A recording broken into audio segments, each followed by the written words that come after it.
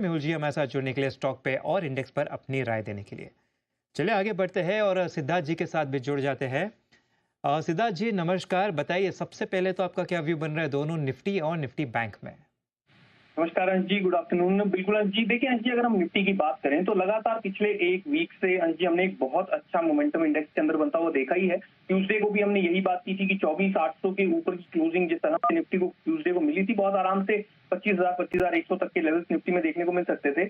अब यहाँ पर भी अंश जी मोमेंटम अच्छा दिखाई देता है। अभी भी हम लगातार higher tops higher bottoms Nifty के अंदर बनते हुए देख रहे हैं। कल तक 25,000 क्लोजिंग में वहां पर क्लोजिंग मिली और आज 25,100 को के ऊपर बाजार आराम से टिक पा रहा है, तो मोमेंटम अच्छा है।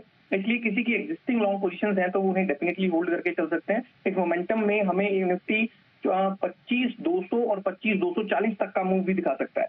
लेकिन फ्रेश लॉन्ग पोजीशंस के लिए अंश जी मुझे लगता है कि निफ्टी के अंदर रिस्क रिवॉर्ड बहुत अच्छे नहीं बन रहे हैं, क्योंकि हमने पिछले लगातार 7वां या 8वां सेशन है जब एक पॉजिटिव मोमेंटम यहाँ पर बन रहा है, तो छोटी मोटी प्रॉफिट बुकिंग जरूर आ सकती है। इसलिए निफ्टी के बजाय बैंक निफ्टी में डेफिनेटली फ्रेश पोजीशन बनाई जा सकती है अंश जी, क्योंकि वहां पर मुझे लगता है कि एक मूव अभी भी पेंडिंग है। ठीक है, तो यहाँ पे जो है निफ्टी में थोड़ा अवॉइड करके चले, रिस्क टू रिवॉर्ड अच्छा नहीं है लेकिन निफ्टी बैंक में बनाया जा सकता है। सिद्धार्थ जी स्टॉक्स बताएं कौन से स्टॉक्स में एक्शन लिया जा सकता है? जी बिल्कुल अंश जी, जरूर। अगर आप मुझे अंश जी परमिशन देंगे तो बैंक निफ्टी में मेरे पास एक स्ट्रैटेजी भी है, वो भी मैं देना चाहूंगा।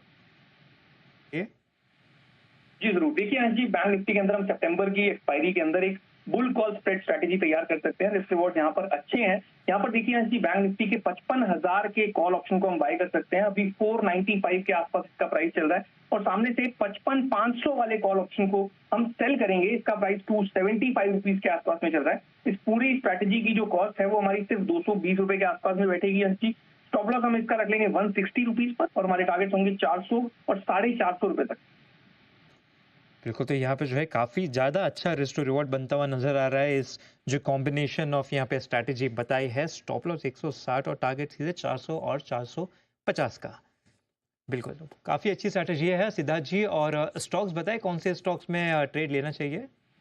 जी बिल्कुल अंश जी, देखिए दो स्टॉक्स हैं, दोनों को ही बाय करना है। पहले स्टॉक का नाम है HAL, हिंदुस्तान एरोनॉटिक्स। यहाँ पर देखिए अंश जी, हमने काफी लंबे समय के बाद इस वीक एक अच्छा मोमेंटम इस काउंटर के अंदर बनते हुए देखा है। इनफैक्ट आज तो एक बहुत ही स्ट्रॉन्ग मूव के साथ एक बड़ा ब्रेकआउट भी स्टॉक ने दिया है। अभी पिछले 2-3 मिनटों में बहुत तेजी से ऊपर की तरफ ही स्टॉक आया है, बट इसे यहाँ से 10-20 रुपए अगर नीचे भी मिलता है तो बाय किया जा सकता है। अभी सितंबर फ्यूचर्स 4750 के आसपास में चल रहे हैं अंश जी। अगर हमें यहाँ से 10-20 रुपए नीचे भी मिलता है तो हम बाय करेंगे। स्टॉप लॉस हम रखेंगे 4710 का और हमारे टारगेट्स होंगे, पहला टारगेट 4850, सेकंड टारगेट 4880 तक का।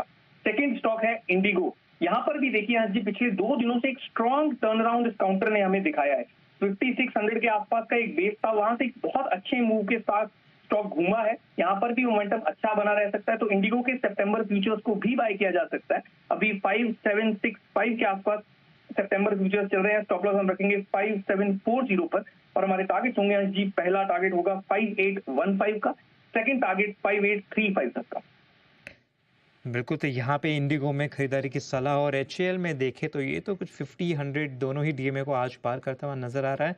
तो यहाँ पे जो है काफ़ी अच्छे मोमेंटम बनते हुए नज़र आ रहे हैं दोनों ही स्टॉक में। लेवल्स आपके स्क्रीन पे है तो इस तरह से आप यहाँ पे ट्रेड ले सकते हैं।